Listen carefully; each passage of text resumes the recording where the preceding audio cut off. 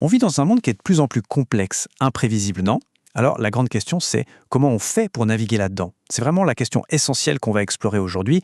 Et attention, ce n'est pas juste une impression. La Harvard Business Review, rien que ça, parle carrément d'une crise de l'incertitude. C'est vrai qu'avec tous les bouleversements actuels, technologiques, géopolitiques, environnementaux, c'est assez normal de ressentir une certaine anxiété. Mais et si on se posait la question différemment? Et si en fait, l'incertitude n'était pas le vrai problème? Si la source de toute cette angoisse, c'était plutôt notre façon de la voir, notre propre perception des choses?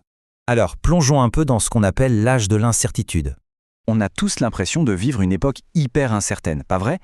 Cette perception, il faut peut-être la nuancer. Parce que selon le sage Sadhguru, si on regarde l'histoire avec un grand H, notre époque est en réalité la plus stable que l'humanité ait jamais connue.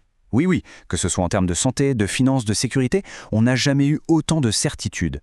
Ok, deuxième point. Ça nous amène à nous interroger sur la nature fondamentale de la vie, en fait. Et là, il y a une idée vraiment centrale à saisir. L'incertitude, ce n'est pas un bug, une anomalie. C'est l'essence même de l'existence. Le vrai conflit, ce qui nous tiraille, ça ne vient pas de l'incertitude elle-même, mais de notre attente, complètement irréaliste, que la vie soit prévisible. Notre esprit veut de la certitude alors que le monde, lui, est fondamentalement imprévisible. C'est vraiment le choc de deux mondes. D'un côté, on a notre modèle mental, dans notre tête, qui réclame de la certitude, de la prévisibilité.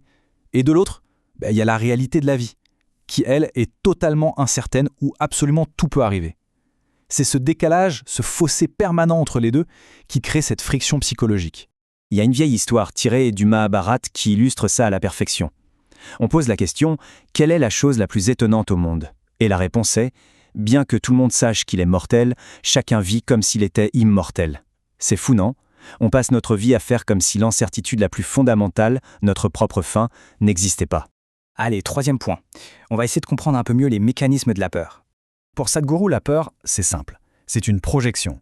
Ça concerne toujours quelque chose qui pourrait se passer. Jamais ce qui est en train de se passer. Là, maintenant. En gros, c'est souffrir pour quelque chose qui n'existe même pas encore. C'est juste notre imagination qui s'emballe et qui nous fait du mal. Et la source de cette peur, il n'y en a qu'une. C'est notre propre intelligence qui se retourne contre nous. C'est dingue, non? Quand notre capacité à penser n'est pas sous contrôle, elle se met à fabriquer des scénarios catastrophes et on se met à souffrir pour rien. Alors pour illustrer ça, comment agir face à un danger bien réel cette fois, il y a cette histoire assez marquante.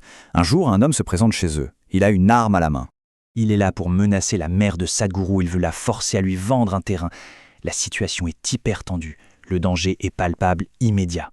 Le jeune Sadhguru, lui, est complètement paralysé par la peur. Mais sa mère, elle se lève. Et elle s'approche de l'homme, sans la moindre hésitation.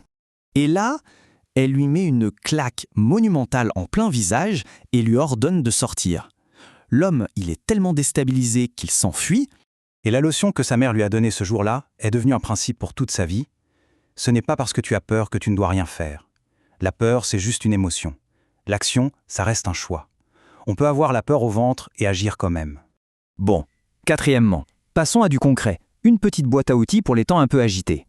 Prenons un exemple, celui du PDG de TripAdvisor pendant la pandémie. Imaginez, son business chute de 90%. La panique totale, non? Eh bien non. Lui, il a appliqué une méthode super simple en 3 étapes. 1. Il a évalué toutes ses options, mais froidement. 2. Il a agi tout de suite pour minimiser les dégâts. Et 3. Il a concentré toute son énergie uniquement sur ce qu'il pouvait contrôler. Et c'est cette approche hyper pragmatique qui a sauvé sa boîte. Autre situation. Un entrepreneur veut racheter une boîte en faillite. En plus, après une énorme fraude. Tous les chiffres, tous les conseillers, tous les experts lui disent « n'y va pas, c'est une folie ». Mais voilà, les données sont incomplètes, c'est le brouillard total. Alors il fait quoi? Il suit son intuition. Il mise sur l'histoire de la marque. Résultat? Le meilleur investissement qu'il ait jamais fait. Ça montre bien que parfois, quand on est dans le flou, l'intuition peut être un bien meilleur guide que n'importe quel tableur Excel. Et on arrive au dernier outil. Peut-être le plus puissant de tous, ce qu'on pourrait appeler l'encre du but. Regardons comment Sadhguru lui-même a appliqué ce principe pendant la crise du Covid.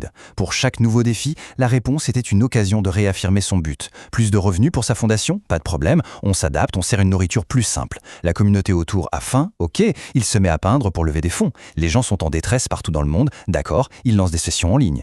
Le problème changeait, mais l'action était toujours guidée par le même objectif.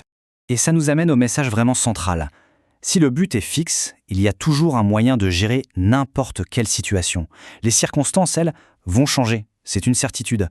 Les stratégies doivent s'adapter. Mais le but, lui, il ne bouge pas, c'est un point fixe. C'est un peu comme un phare dans la tempête, ça permet de garder le cap.